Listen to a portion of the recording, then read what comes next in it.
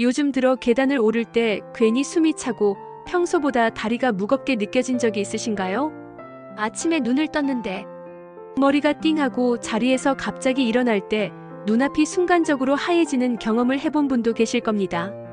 날씨가 따뜻한데도 손발이 차서 양말을 꼭 신고 다니거나 팔과 다리가 자주 저리는 분도 있죠.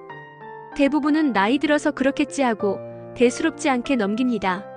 하지만 이런 증상은 단순한 노화 현상이 아닐 수 있습니다. 우리 몸의 혈관 속에서 이미 조용히 위험이 자라고 있다는 신호일지도 모릅니다. 무서운 건 혈관이 좁아지고 막히는 과정이 아주 서서히 그리고 조용히 진행된다는 점입니다.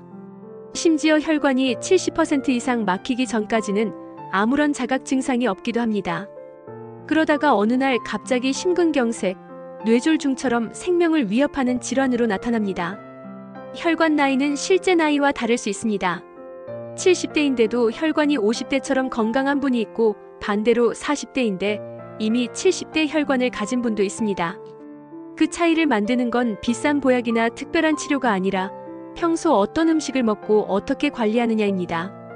오늘은 혈관을 깨끗하게 청소해주고 탄력과 흐름을 되살리는 음식 5가지를 알려드리겠습니다.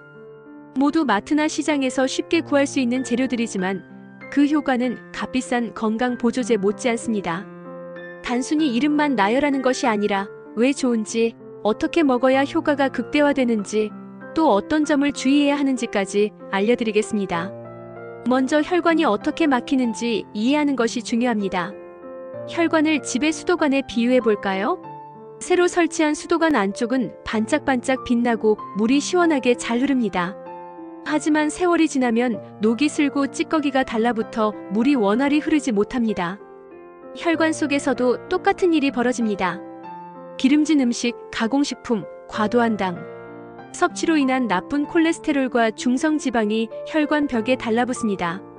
여기에 고혈압, 흡연, 스트레스 같은 요인이 겹치면 혈관 벽에 염증이 생기고 그 위로 지방 덩어리가 들러붙어 플라크라는 것을 형성합니다. 플라크가 점점 커져 혈관이 좁아지고 혈액 흐름을 방해합니다. 더 심각한 건 플라크 일부가 떨어져 나가면서 혈전, 즉 피떡이 되어 혈관을 완전히 막아버리는 경우입니다.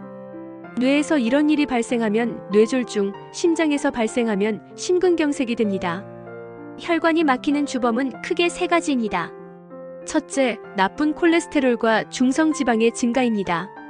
기름진 고기, 튀김류, 가공식품, 설탕이 많이 든 음식들이 원인입니다. 둘째, 혈관 벽의 염증입니다. 흡연, 스트레스, 고혈당, 고혈압, 과음이 염증을 키웁니다. 셋째, 혈액점도의 증가입니다. 물을 충분히 마시지 않거나 운동을 거의 하지 않으면 피가 탁해져 흐름이 느려집니다. 이 3가지를 동시에 해결하려면 식단부터 바꿔야 합니다. 다행히 우리 주변에는 혈관 속을 청소해주고 피를 맑게 하며 혈관 벽의 탄력을 회복시켜주는 음식들이 있습니다. 첫 번째 음식은 고등어입니다. 고등어는 바다에서 나는 혈관 청소기라고 불립니다. 고등어의 풍부한 오메가3 지방산인 EPA와 DHA는 혈중 중성지방을 낮추고 피를 묽게 만들어 혈전이 생기는 것을 막습니다. EPA는 혈액의 흐름을 개선하고 DHA는 뇌세포와 신경세포막을 튼튼하게 하는 데 도움을 줍니다. 일본 국립순환기센터의 연구에 따르면 주 2회 이상 등푸른 생선을 먹은 사람은 심혈관 질환 발생 위험이 30% 이상 낮았습니다. 조리할 때는 기름에 튀기기보다는 조림, 찜, 구이가 좋고 레몬즙을 뿌리면 비린내가 사라지고 비타민C가 더해져 영양 흡수율이 높아집니다. 다만 고등어는 퓨린 함량이 높아 통풍 환자는 주 1, 2회로 제한하는 것이 좋습니다. 또한 지방 함량이 높은 생선이라 조리 시 불필요한 기름을 많이 쓰면 칼로리가 올라갑니다. 두 번째 음식은 마늘입니다. 마늘 속 알리신 성분은 혈관을 확장시켜 혈압을 낮추고 혈관 벽에 붙은 찌꺼기를 분해해 배출하는 데 도움을 줍니다. 강력한 항균 항산화 작용으로 혈관 염증을 줄이는 데도 효과적입니다. 미국 메릴랜드 의대 연구에 따르면 마늘을 꾸준히 섭취한 그룹에서 혈압과 콜레스테롤 수치가 모두 개선됐습니다. 생마늘로 먹을 때 효과가 가장 크지만 위가 약한 분은 구워 먹거나 발효시킨 흑마늘을 추천합니다. 하루 새 4쪽이 적당하며 다진 후 10분 정도 두면 알리신이 더 많이 생성됩니다. 다만 마늘은 혈액을 묽게 하는 작용이 있어 항응고제나 아스피린을 복용 중인 분은 반드시 전문가와 상의해야 하며 위험위궤양이 있는 분은 생마늘 과다 섭취를 피해야 합니다. 세 번째는 토마토입니다. 토마토의 붉은 색소 성분 라이코펜은 강력한 항산화제입니다. 나쁜 콜레스테롤이 산화되는 것을 막아 혈관벽에 플라크가 쌓이는 것을 예방합니다. 토마토에는 칼륨이 풍부해 나트륨 배출과 혈압 조절에도 도움을 줍니다. 하버드대 보건대학원 연구에 따르면 라이코펜 섭취량이 많은 사람일수록 심혈관 질환 위험이 현저히 낮았습니다. 라이코펜은 열을 가하면 흡수율이 높아지므로 살짝 데치거나 소스로 만들어 먹는 것이 좋습니다. 하루 토마토 2개나 방울토마토 15개 정도면 충분합니다. 하지만 토마토에는 수산 성분이 있어 신장결석 병력이 있는 분은 과다 섭취를 피하는 것이 좋습니다. 네 번째는 견과류입니다. 특히 호두와 아몬드는 불포화 지방산과 비타민 E가 풍부해 혈관의 탄력을 유지하고 혈관벽 손상을 예방합니다. 미국 로마린다대 연구에 따르면 하루 한 줌의 호두를 섭취한 그룹은 8주 후 LDL 콜레스테롤이 평균 10% 이상 감소했습니다. 하루 25g이 적당하며 소금 설탕이 첨가되지 않은 생견과류를 선택해야 합니다. 칼로리가 높아 과다 섭취하면 체중 증가로 이어질 수 있고 견과 알레르기가 있는 분은 섭취 전 반드시 확인해야 합니다. 다섯 번째는 해조류입니다. 미역, 다시마, 톡 같은 해조류에는 알긴산과 식이섬유가 풍부해 혈관 속 노폐물과 나트륨을 흡착해 배출합니다.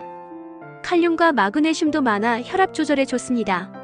일본 도쿄의과대학 연구에 따르면 해조류를 주 3회 이상 섭취한 그룹은 고혈압 발생률이 낮았습니다. 하루 한 컵 정도면 충분하며 갑상선기능 항진증 환자는 요오드 과다 섭취에 주의해야 합니다. 또 바다에서 채취한 해조류는 세척이 잘 되지 않으면 불순물이나 미세 플라스틱이 남아있을 수 있으니 깨끗하게 씻어 사용하는 것이 안전합니다. 이 5가지는 한 번에 몰아서 먹는 것보다 매일 조금씩 아침, 점심, 저녁에 나눠 먹는 것이 좋습니다. 예를 들어 아침에는 토마토와 해조류 샐러드, 점심에는 고등어 조림과 현미밥 미역국, 간식으로는 아몬드와 호두, 저녁에는 마늘 넣은 버섯볶음과 다시마 국물을 곁들이는 식입니다. 이렇게 하면 하루 식단 속에서 자연스럽게 혈관 청소 음식을 챙길 수 있습니다. 중요한 건 꾸준함입니다. 오늘 먹고 내일 바로 효과가 나타나는 것이 아니라 최소 몇 주에서 몇 달간 계속해야 몸이 변화를 느낍니다. 혈관은 한 번 막히면 되돌리기 어렵지만 지금부터 식단을 바꾸면 1년 뒤 혈관 나이를 10살 이상 젊게 만들 수 있습니다. 내년 이맘때 숨이 차서 계단을 멈춰 서는 대신 손주와 함께 공원을 달리는 자신을 상상해 보세요. 오늘부터 아침 토마토 1개, 점심 고등어 1토막, 간식 견과류 1줌.